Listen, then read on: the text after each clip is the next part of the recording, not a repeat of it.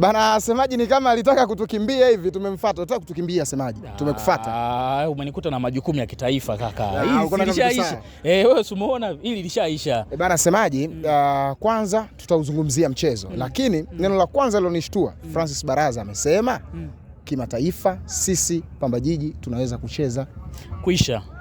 Kuisha. Kwamba kuisha nini sasa? Sijakuelewa semaji. Kuisha.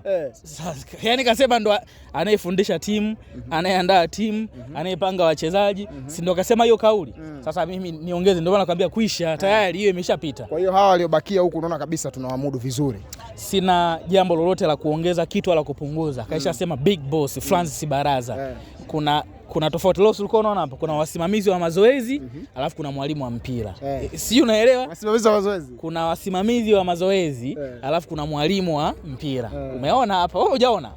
Nimeona, lakini shughuli ni kama jioni litakuwa ngumu hivi kwenye mchezo. Ndo mpira. Yaani ndo mpira, hizo moment lazima zitokee. Kwa hiyo jambo la kawaida kaka, wala usiwe na shaka. Kufuatana kwa hizi mechi bado ni tatizo kubwa kwa Pamba Jiji, au tuseme huu ni ugumu wa kawaida wa ligi ya Tanzania? Saga, sisi kama Pamba Jiji hatujawahi na hatuwezi kusema kama ni excuse ya matokeo ya leo. Kwa hiyo tunawapongeza Dodoma Jiji kwenye kila ambacho amekitoa kwenye mchezo wa leo. Sisi tutajipanga kuelekea kwenye mchezo ambao inafuata, lakini sisi sio timu ya kulialia, ya kulalamika. Kwa hiyo hii ya leo imeisha, tunajipanga kwenye michezo ambayo inafuata. Nafasi ya 4 ndo nafasi ambayo Pamba Jiji siwastue. Na nisikie kutoka kwako semaji. Kuisha.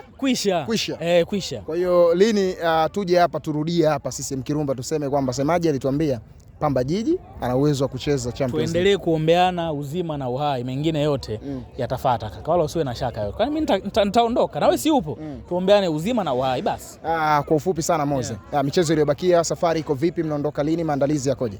Kwa mujibu wa taarifa ambazo nimepokea kutoka kwenye level management, timu itasafiri usiku wa leo kuelekea jijini Dar es Salaam kwa ajili ya kuwafuata Azam Football Club. Kwa hiyo mengine zaidi kuhusiana na mchezo na taarifa nyingine nitawaambia, ila kwa saizi taarifa ambayo nimeipata ni hiyo. Kwa hiyo baada ya hapa tayari wachezaji watapata mapumziko mafupi, kuoga na kujiweka sawa, then safari inaanza kuelekea jijini Dar es Salaam. Bana, safari njema. Thank you. Ripota wako wa zamu na siku ya leo katika Jamu Kaya Dabi. Ni mimi Kusaga Ungura, lakini nyuma kamera yupo MK Kalisti.